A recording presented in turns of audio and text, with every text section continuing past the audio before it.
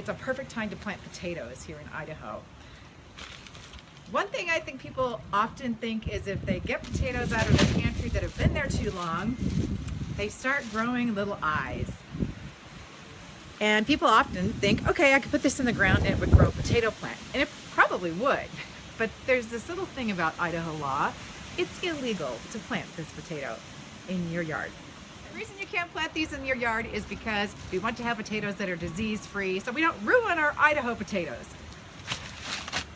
So you can purchase potatoes to plant from any local nursery. They'll have a certification certificate. I'm going to plant Russet Burbanks today. That's the one that's most popular in Idaho. See, it looks a lot like the one from your pantry, but it's certified disease-free. They can be grown in containers, but they tend to do best when they're in open soil. They're very easy to plant. For this potato, we're just going to dig a little bit of a hole here, and then sometimes people cut these up into pieces, but there's no reason.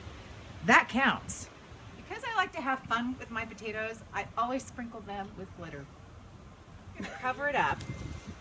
We're actually going to mound over the top of it with soil like this. What's fun about potatoes is we get to plant them twice. When they start coming up, we're going to cover them up again, and that will be in about 4 weeks. So the glitter actually is a tradition that started with my daughter when she was 2, and she put glitter on everything. But it's just a fun thing to do now, especially if you have kids. However, we need to show you that we won first place for our potatoes when we put glitter on them. Yeah, so from each plant, you're going to get between 3 and 5 pounds of potatoes.